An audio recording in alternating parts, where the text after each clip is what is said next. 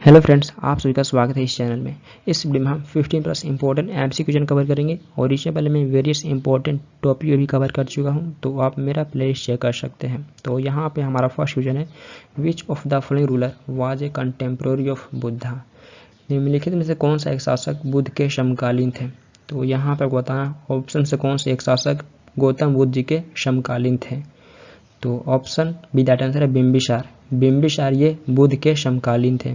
तो बिम्बिसार का जन्म लगभग 558 बीसी में हुआ था और गौतम बुद्ध जी का जन्म लगभग 563 बीसी में हुआ था। और बिम्बिसार ये कौन थे? तो ये मगध के राजा थे, ये मगध के रूलर थे और इनके द्वारा हर्यंक डायनेस्टी का स्थापना किया गया था। तो हर्यंक डायनेस्टी को पहला डायनेस्टी कंसिडर किया जाता है मगध पे। ऐसे इससे पहले और 2-3 डायनेस्टी स्थापना हुए थे, लेकिन हर्यंक डायनेस्टी को मगध पे पहला डायनेस्टी कंसिडर किया जाता है। तो बिम्बिसार ये हर्यंक डायनेस्टी के फाउंडर थे और ये गौतम बुद्ध जी के समकालीन थे और गौतम बुद्ध ये बौद्ध धर्म के संस्थापक हैं। तो ये कुछ यहाँ से इम्पोर्टेंट पॉइंट है। एंड फ्रेंड्स, ये चैनल आपके लिए हेल्पफुल है, तो आप अपना फीडबैक दे सकते हैं, इस चैनल को सब्सक्राइब कर सकते हैं फॉर मोर वीडियोज एंड इस वीडियो को भी लाइक कमेंट एंड शेयर कर सकते हैं। और यहाँ पे आपको एक कन्फ्यूजन हो सकता है बिंदुसार। तो बिंदुसार इनका संबंध है मौर्य डायनेस्टी से।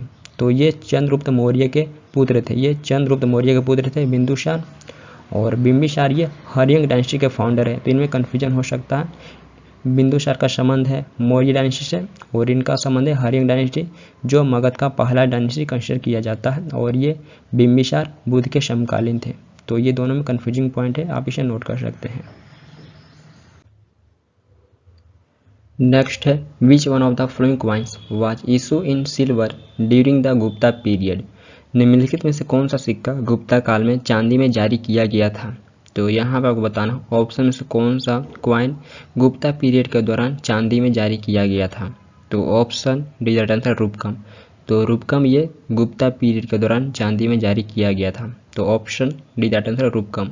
और अब यहाँ पे हम गुप्ता पीरियड के बारे में बात कर लें तो गुप्ता पीरियड का स्थापना 4th सेंचुरी एडी में किया गया था श्री गुप्ता के द्वारा, लेकिन रियल फाउंडर चंद्रगुप्त प्रथम को माना जाता है। वास्तविक फाउंडर चंद्रगुप्त प्रथम को माना जाता है, लेकिन स्थापना श्रीगुप्त के द्वारा किया गया था 4th सेंचुरी एडी में। और गुप्ता पीरियड के दौरान रूपकम ये एक चांदी सिक्का जारी किया गया था। तो ऑप्शन डी दैट आंसर है। नेक्स्ट है, the Qutub Minar was completed by the famous ruler. किस फेमस शासक ने कुतुब मीनार को कंप्लीट करवाया था। तो यहाँ पर बताना किस फेमस शासक ने कुतुब मीनार को कंप्लीट करवाया था। तो option A right answer Iltutmish. Iltutmish ने कुतुब मीनार को कंप्लीट करवाया था। तो इसका नींव रखा गया था कुतुबुद्दीन ऐबक के द्वारा, लेकिन इसकी मृत्यु हो जाती है। देन इसके बाद कुतुबुद्दीन ऐबक को कंप्लीट इल्तुतमिश ने करवाया था। और जो इसकी लास्ट और 5वें मंजिल था, तो इसके 5वें मंजिल को फिरोज शाह तुगलक ने बनवाया था। तो इसके 5वें मंजिल को बाद में फिरोज शाह तुगलक बनाता है, लेकिन नींव रखा गया था कुतुबुद्दीन ऐबक के द्वारा और कंप्लीट करवाता है इल्तुतमिश। तो option A right answer Iltutmish. Next है, Qutbuddin Aibak started the construction of Qutub Minar in the memory of which of the following famous Sufi संत। कुतुब मीनार का निर्माण कुतुबुद्दीन ऐबक ने निम्नलिखित में से किस फेमस सूफी संत के मेमोरी में करवाया था। तो यहाँ पर बताना किस सूफी संत के मेमोरी में कुतुब मीनार का निर्माण करवाया गया था कुतुबुद्दीन ऐबक के द्वारा।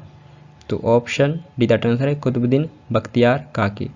कुतुबुद्दीन बख्तियार काकी के मेमोरी में कुतुब मीनार का निर्माण करवाया गया था। कहाँ पे? तो दिल्ली में। और ये वर्ल्ड का हाईएस्ट मीनार है। तो कुतुब मीनार ये वर्ल्ड का हाईएस्ट मीनार है और ये आपको दिल्ली में देखने को मिलेगा। और फेमस सूफी संत कुतुबुद्दीन बख्तियार काकी के मेमोरी में इसे निर्माण करवाया गया था कुतुबुद्दीन ऐबक के द्वारा। तो ऑप्शन डी दैट आंसर, ये फेमस सूफी संत है, इनके मेमोरी में कुतुब मीनार का निर्माण करवाया गया था। नेक्स्ट है, from which area the social and religious reform movement started. सामाजिक और धार्मिक सुधार आंदोलन किस क्षेत्र से शुरू हुआ था। तो यहाँ पर आपको बताना आधुनिक भारत में सामाजिक और धार्मिक सुधार आंदोलन किस क्षेत्र से शुरू हुआ था। तो ऑप्शन सी दैट आंसर है बंगाल। तो बंगाल वाला एरिया से सामाजिक और धार्मिक सुधार आंदोलन शुरू हुआ था आधुनिक भारत में। मॉडर्न इंडिया में ये बंगाल वाले एरिया से शुरू हुआ था सामाजिक और धार्मिक आंदोलन। तो ऑप्शन सी दैट आंसर है बंगाल। नेक्स्ट है, मैच लिस्ट विथ लिस्ट 2। तो यहाँ पे आपको लिस्ट 1 को लिस्ट 2 के साथ में मैच करना है।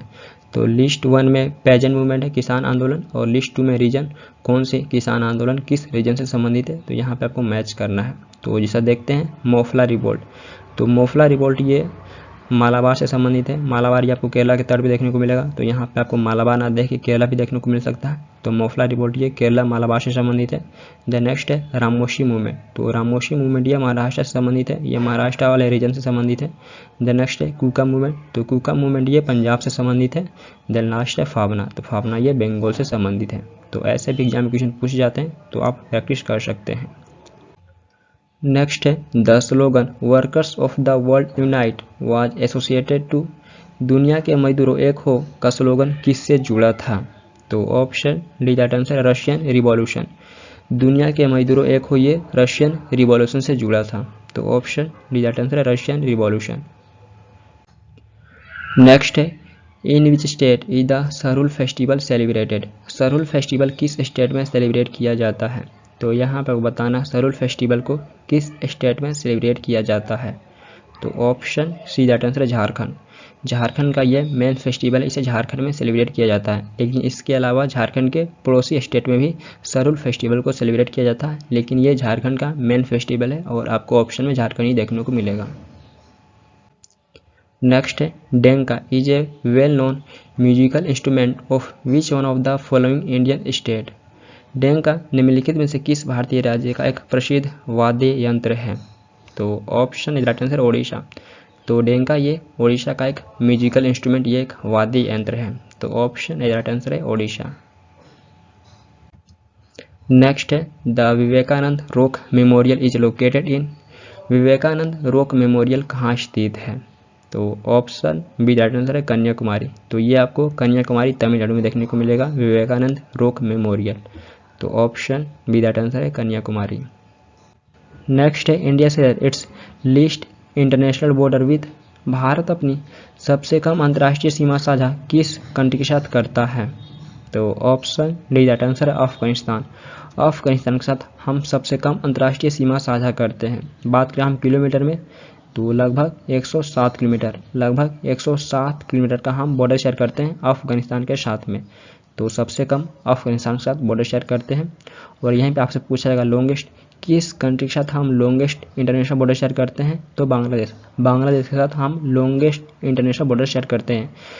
बात कर ले हम बांग्लादेश के साथ कितना किलोमीटर शेयर करते हैं, तो लगभग 4096 किलोमीटर, बांग्लादेश के साथ 4096 किलोमीटर का बॉर्डर लगता है। तो लॉन्गेस्ट हो जाएगा बांग्लादेश और लिस्ट अफगानिस्तान हो जाएगा। और अफगानिस्तान एक लैंड लॉक कंट्री है, तो ये भी इंपॉर्टेंट पॉइंट है एग्जाम में पूछे जाते हैं। भारत का कौन सा नेबरिंग कंट्री एक लैंड लॉक है, तो अफगानिस्तान ये एक लैंड लॉक कंट्री है। देन इसके अलावा भूटान और नेपाल वो भी एक लैंड लॉक कंट्री है। नेक्स्ट है विच of the following states does not share its boundary with Bangladesh, निम्नलिखित में से कौन सा एक भारतीय राज्य बांग्लादेश के साथ बॉर्डर शेयर नहीं करता है, तो यहाँ पे आपको बताना ऑप्शन से कौन सा एक भारतीय राज्य बांग्लादेश के साथ बॉर्डर शेयर नहीं करता है, तो ऑप्शन सी दैट आंसर है मणिपुर। मणिपुर ये बांग्लादेश के साथ बॉर्डर शेयर नहीं करता है। तो असम, त्रिपुरा, मेघालय, देन इसके अलावा 2 और भारतीय राज्य हैं वेस्ट बंगाल और मिजोरम।